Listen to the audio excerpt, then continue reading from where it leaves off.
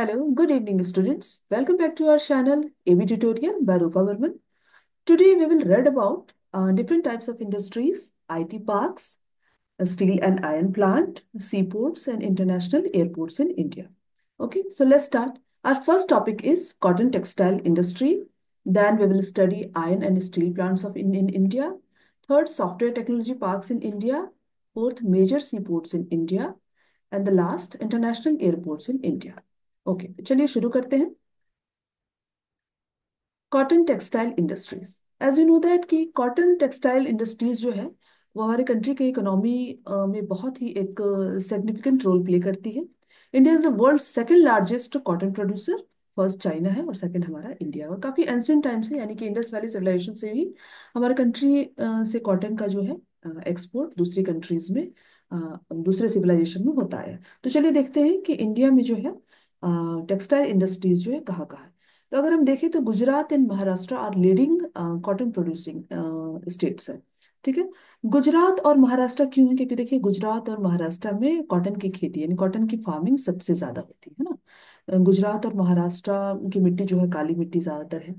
और यहाँ पर जिस तरह का इन्वायरमेंट है, वेदर है, उस हिसाब से यहाँ सबसे ज्यादा कॉटन गुजरात और महाराष्ट्र में ही होता है। उसके बाद फिर हम कह सकते हैं कि तमिलनाडु में और अदर स्टेट में होता है। तो सबसे पहले हम देखेंगे मुंबई। आपसे अगर पूछा जाए कि कॉटन टेक्सटाइल इंडस्ट्री का डिस्ट्रीब्यूशन इंडिया में, सबसे पहले आप मुंबई लिखेंगे, महाराष्ट्र। उसके बाद गुजरात सूरत, उसके बाद आप तमिलनाडु का कोयम्बटूर लिख सकते हैं। देन महाराष्ट्र का इंदौर, और फिर उत्तर प्रदेश का कानपुर। देखिए है तो बहुत सारे टेक्सटाइल इंडस्ट्रीज जो मेजर है, हम आज वो पढ़ रहे हैं, जो आपके बोर्ड एग्जाम के लिए बहुत ज्यादा इंपॉर्टेंट है। ठीक है। तो ये मेजर टेक्सटाइल इंडस्ट्री में पांच ही नाम याद करना है। सबसे पहले आपको महाराष्ट्र, गुजरात, देन तमिलनाडु, देन मध्य प्रदेश और कानपुर। महाराष्ट्र में मुंबई, गुजरात में सूरत, मध्य प्रदेश में इंदौर, उत्तर प्रदेश में कानपुर और तमिलनाडु में कोयम्बटूर टेक्सटाइल इंडस्ट्रीज। ठीक है। चलिए आगे बढ़ते हैं। आगे हमारा दूसरा जो टॉपिक है वो है iron and steel plants in India.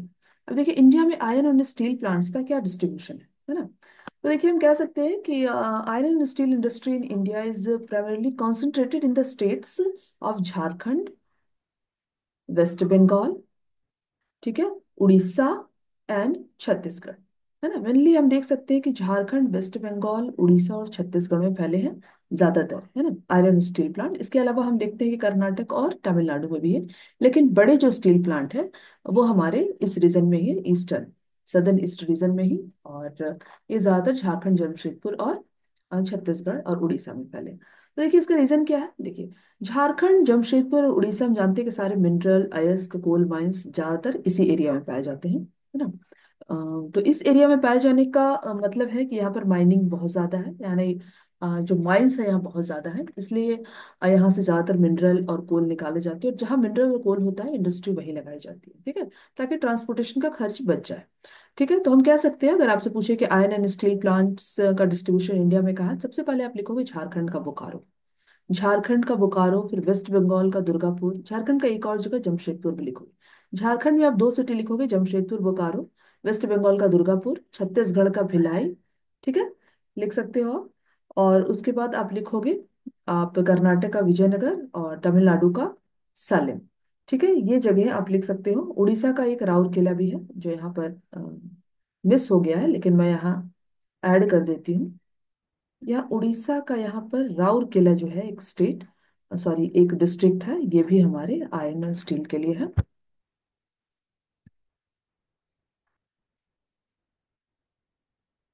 Rourkela. Okay. हाँ चलिए। तो हम देखते हैं कि यस, हम देखते हैं कि आयरन और स्टील प्लांट्स जो है इंडिया में ज्यादातर झारखंड, वेस्ट बंगाल, उड़ीसा, छत्तीसगढ़। ठीक है, झारखंड, वेस्ट बंगाल, उड़ीसा, छत्तीसगढ़ और ये हमारे कर्नाटक और तमिलनाडु में फैला हुआ है। ठीक है। अब हम देखें कि ये सारे स्टील प्लांट्स का नाम क्या है वो भी हम जान लें। देखिए झारखंड में जो जमशेदपुर में जो स्टील प्लांट है, बहुत बड़ा और पुराना steel plant, Tata steel plant, Tata iron steel plant, Jamshedji Tata का, सबको पता है। ठीक है, तो ये जमशेदपुर में टाटा स्टील प्लांट। ठीक है, उसके बाद हम देखेंगे कि वेस्ट बंगाल में कौन सा स्टील प्लांट है। तो वेस्ट बंगाल स्टील प्लांट है वो दुर्गापुर स्टील प्लांट, जगह के नाम पर ही है।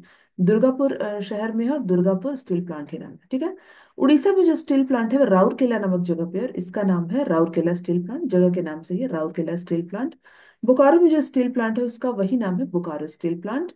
और देखिए यहाँ पर हम छत्तीसगढ़ में देख रहे हैं, छत्तीसगढ़ में जो स्टील प्लांट है भिलाई में है और नाम भिलाई स्टील प्लांट है, मतलब जो जगह है उसी के नाम पे है।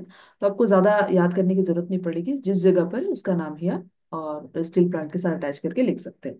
ठीक है, और साउथ में जो विजयनगर, विजयनगर और सालेम में सालेम स्टील प्लांट, ये हमारे मेजर जो है आयरन स्टील प्लांट है। ठीक है, इंडिया में। अच्छा, एक और चीज हम देखते हैं कि जितने भी स्टील प्लांट है, जैसे कि ये हमारे झारखंड में, वेस्ट बंगाल में, उड़ीसा में और छत्तीसगढ़ में, ये सारे these plants are largely operated by public sector companies like SAIL. Steel authority of India एक पब्लिक कंपनी सेक्टर है जो कि रांची झारखंड में है, उसके द्वारा ही ये सारे जो है iron and steel plant operate किए जाते हैं। इनसे मतलब प्लांट्स का जो प्रोडक्शन, उसकी जिम्मेवारी, रिस्पॉन्सिबिलिटी है ना, उसको ऑर्डर कौन देता है? Steel authority of India.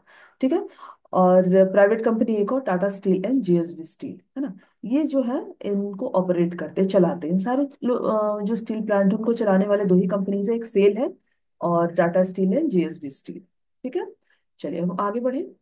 आगे हमारा नेक्स्ट टॉपिक है software technology parks in India. ठीक है, अब सॉफ्टवेयर टेक्नोलॉजी क्या होता है? देखिए, इंडिया के अभी बैकबोन में, इंडिया के इकोनॉमिक डेवलपमेंट में software technology significant role play कर रहा है ना। कैसे रोल प्ले कर रहा है कि एम्प्लॉयमेंट जनरेट कर रहा है। अब इंडिया में जब से सबसे ज्यादा एम्प्लॉयमेंट जो है सॉफ्टवेयर टेक्नोलॉजी जनरेट कर रहा है।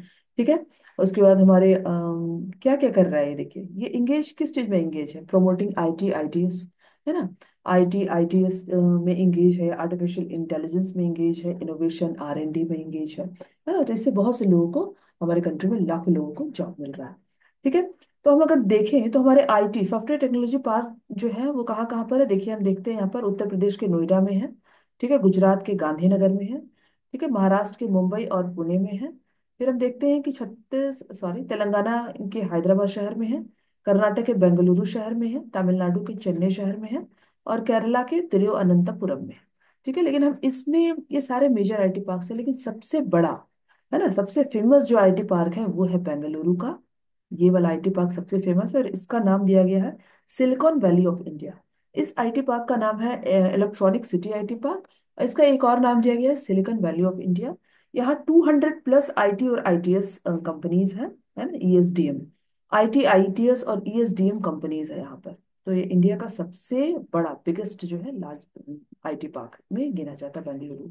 ठीक है, तो कितने तरह के आईटी पार्क है देखिए, आप जानते हैं इस नाम के हिसाब से। पहला नोएडा आईटी पार्क, जिसको हम एसटीपीआई नोएडा कहते हैं, इस आईटी पार्क का नाम है एसटीपीआई नोएडा। गांधीनगर गुजरात में जो आईटी आईटी पार्क है उसको हम बोलते हैं एसटीपीआई गांधीनगर। ठीक है, मुंबई में बहुत सारे आईटी पार्क है, नाम नहीं ले सकते, करीब मोर देन 10 है। और पुणे में जो आईटी पार्क है इसका नाम है मगरपट्टा सिटी आईटी पार्क और इओन फ्रीजोन आईटी पार्क है ना। यहाँ दो आईटी पार्क है पुणे में, मगरपट्टा सिटी आई पार्क और इओन फ्रीजोन आईटी पार्क। ठीक है, हैदराबाद में जो आईटी पार्क है इसका नाम है हाईटेक आईटी पार्क। क्या नाम है? Hi tech IT park. ठीक है, उसके बाद हम देखते हैं बेंगलुरु का, आपने देखा ही है ना, इलेक्ट्रॉनिक सिटी आईटी पार्क है, इसको आप कह सकते हैं सिलिकॉन वैली ऑफ इंडिया। ठीक है, उसके बाद चेन्नई में जो आईटी पार्क है इसका नाम है tidal park, tidal IT park. Chennai में आईटी पार्क का क्या नाम है? Tidal IT park. और तिरुवनंतपुरम में जो आईटी पार्क है उसका नाम है टेक्नो पार्क। क्या नाम है इसका? Techno park. ठीक है, तो चलिए समझ गए। आप अगर सॉफ्टवेयर टेक्नोलॉजी पार्क की बात अगर हो रही है, सबसे पहले बेंगलुरु का नाम लिखोगे, कर्नाटका। ठीक है, उसके बाद आप लिखोगे मुंबई का और पुणे का महाराष्ट्र में, फिर गांधीनगर गुजरात का, फिर हैदराबाद लिखोगे। ठीक है, फिर नोएडा भी लिखोगे, चेन्नई और तिरुवनंतपुरम। ठीक है, चलिए समझ में आई बात। चलिए आगे बढ़ते हैं, हमारा नेक्स्ट टॉपिक है major sea ports in India, है ना। अब मेजर सी पोर्ट्स इंडिया का क्या है? जहां समुद्री जहाज, इंटरनेशनल जो है जहाज जो है वो आकर रुकते हैं। तो सी पोर्ट, समुद्र से जहाँ एक्सपोर्ट इंपोर्ट जो होता है, हम उसे सी पोर्ट, वैसी जगह को। ठीक है, बड़े बड़े शिप देखिए आकर रुकते हैं, आप देखिए पिक्चर में देख सकते हो हमारे सी पोर्ट। तो करीब 13, India has 13 major sea ports. India में करीब 13 बड़े सी पोर्ट्स हैं, ऐसे छोटे छोटे तो और भी हैं, लेकिन सबसे बड़े कहा जाए तो 13 है ना। तो कौन कौन सा जगह है? देखिए, कांडला, ये गुजरात में कांडला में है, यहाँ पर कच्छ के पास है, यहाँ पर बहुत पुराना ये भी है ना, ये अरब कंट्रीज में जहाँ से होता है। फिर मुंबई, मुंबई में हमारा जो सी पोर्ट है सबसे बड़ा, सबसे बिगेस्ट और बिजिएस्ट है। फिर कर्नाटक में दो है सी पोर्ट, मर्मागांव में है, न्यू मंगलोर में है। फिर हम केरला में देखते हैं कोच्चि है। ठीक है, फिर तमिलनाडु में टुटिकोरिन और चेन्नई है। फिर हम देखते हैं आंध्र प्रदेश में विशाखापट्टनम है सी पोर्ट। फिर उड़ीसा में पारादीप है। और हल्दिया कोलकाता में, हल्दिया जो सबसे ओल्डेस्ट है। ठीक है। सबसे फेमस कौन है, तो आप बोलेंगे मुंबई का सी पोर्ट। मुंबई का कहा जाता है considered India largest port based on size and shipping traffic. यहाँ इसका साइज इतना बड़ा और शिपिंग ट्रैफिक हमेशा यहाँ रहती है, तो ये सबसे ज्यादा मतलब लार्जेस्ट हम बोल सकते हैं सी पोर्ट है। उसका सेकंड लार्जेस्ट जो हमारा है चेन्नई का, है ना। फर्स्ट रैंक जो है मुंबई को मिला है, सेकंड रैंक जो है वो हमारे चेन्नई को मिला है। तो चेन्नई में क्या होता है, देखिए, the second largest handling significant volume of cargo, बड़े बड़े कार्गोज यहाँ आकर रुकते हैं। ठीक है, जो सामान हमारे कंट्री में बाहर के कंट्री से आता आता है इंपोर्ट करके, तो वो यहाँ पर, तो बड़े बड़े कार्गोज यहाँ रुकते हैं। तो ये सेकंड लार्जेस्ट है। ठीक है। थर्ड में कोलकाता का पोर्ट हम ले सकते हैं। इधर ईस्टर्न कंट्रीज जो है वहाँ के जो है शिप यहाँ से आते हैं, एक्सपोर्ट इम्पोर्ट ईस्टर्न कंट्रीज में जो हमारा होता है। तो ये हल्दिया, इस पोर्ट का नाम है हल्दिया। ये कोलकाता का एयरपोर्ट, सॉरी, सी पोर्ट है जो अंग्रेजों के समय से भी पहले से है। और काफी फेमस है और काफी पुराना, सबसे पुराना अगर कोई पूछे कि हमारा सी पोर्ट कौन है, तो हम बोल सकते हैं कलकत्ता का हल्दिया। इसका एक और नाम है श्यामा प्रसाद मुखर्जी सी पोर्ट। ठीक है। तो ये कलकत्ता का हल्दिया। उसके बाद और भी है, देखिए, कांडला पोर्ट है, one of the major export processing port. And export नहीं, बाहर से जो सामान हमारे कंट्री से जो सामान बाहर की कंट्री में जा रहे हैं, वेस्टर्न कंट्रीज में, तो ज्यादातर कांडला एयरपोर्ट से। तो ये गुजरात में। ठीक है। इसके बाद और भी जो है सी पोर्ट आप देख ही रहे हैं। ठीक है। कोच्चि पोर्ट भी है ना। कोच्चि पोर्ट जो है स्पेशली ग्रोन पोर्ट है ना, इंडिया का, जो अभी नया नया बहुत बड़ा हो गया है। ठीक है। स्पेशली रैपिडली ग्रोन जिसको बोलेंगे, बहुत तेजी से रैपिडली बढ़ने वाला जो सी पोर्ट है वो कोच्चि है। ठीक है। तो कौन कौन से है, महाराष्ट्र का मुंबई सी पोर्ट। फिर आप लिखिएगा चेन्नई, तमिलनाडु का चेन्नई सी पोर्ट। फिर कोलकाता का हल्दिया आप लिखेंगे। फिर आप गुजरात का कांडला लिखेंगे। ठीक है। उसके बाद आप लिख सकते हैं, तब आप कर्नाटक का मर्मागांव, न्यू मंगलूर, कोच्चि लिख सकते हैं। आंध्र प्रदेश का विशाखापट्टनम और उड़ीसा का पारादीप लिख सकते हैं। ये major sea ports of India. ठीक है।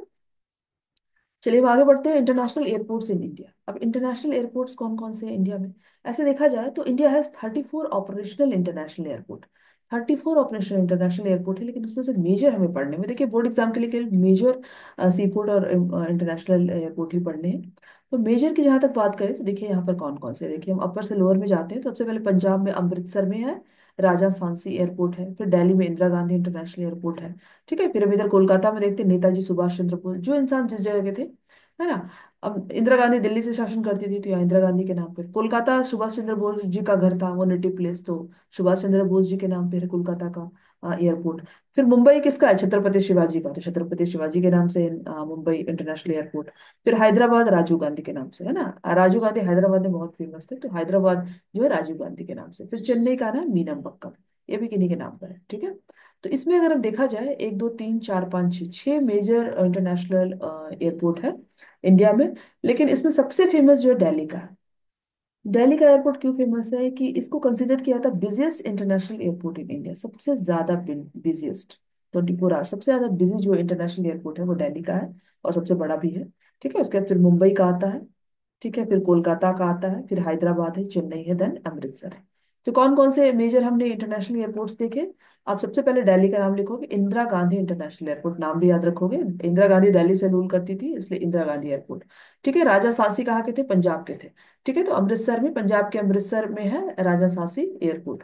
ठीक है। नेताजी सुभाष चंद्र बोस कहाँ थे, कोलकाता के थे, तो कोलकाता के जो इंटरनेशनल एयरपोर्ट का नाम है नेताजी सुभाष चंद्र बोस एयरपोर्ट। मुंबई किसका है, छत्रपति शिवाजी का, तो हम मुंबई के इंटरनेशनल एयरपोर्ट को हम कह सकते हैं छत्रपति छत्रपति शिवाजी एयरपोर्ट। हैदराबाद, राजीव गांधी फेमस थे हैदराबाद में बहुत, तो हम कह सकते हैं कि हैदराबाद में राजीव गांधी इंटरनेशनल एयरपोर्ट। और चेन्नई में मीनमबक्कम, थोड़ा डिफरेंट नाम भी लग रहा है, साउथ इंडियन नेम मीनमबक्कम, तो आपको याद रहेगा। ठीक है। चेन्नई में मीनमबक्कम इंटरनेशनल एयरपोर्ट। ठीक है। इतना आपने देख लिया। चलिए, तो कैसा लगा आपको हमारा ये सेशन, ये वीडियो। अगर अच्छा लगा, इंफॉर्मेटिव लगा, तो लाइक एंड शेयर करें, सब्सक्राइब भी करें। कुछ अलग से कुछ जानकारी चाहिए तो आप मैसेज कर सकते हैं। ठीक है। और आपको कुछ सुझाव देना है तो भी आप मैसेज कर सकते हैं। चलिए मिलते हैं अगले वीडियो में। Till then, bye bye.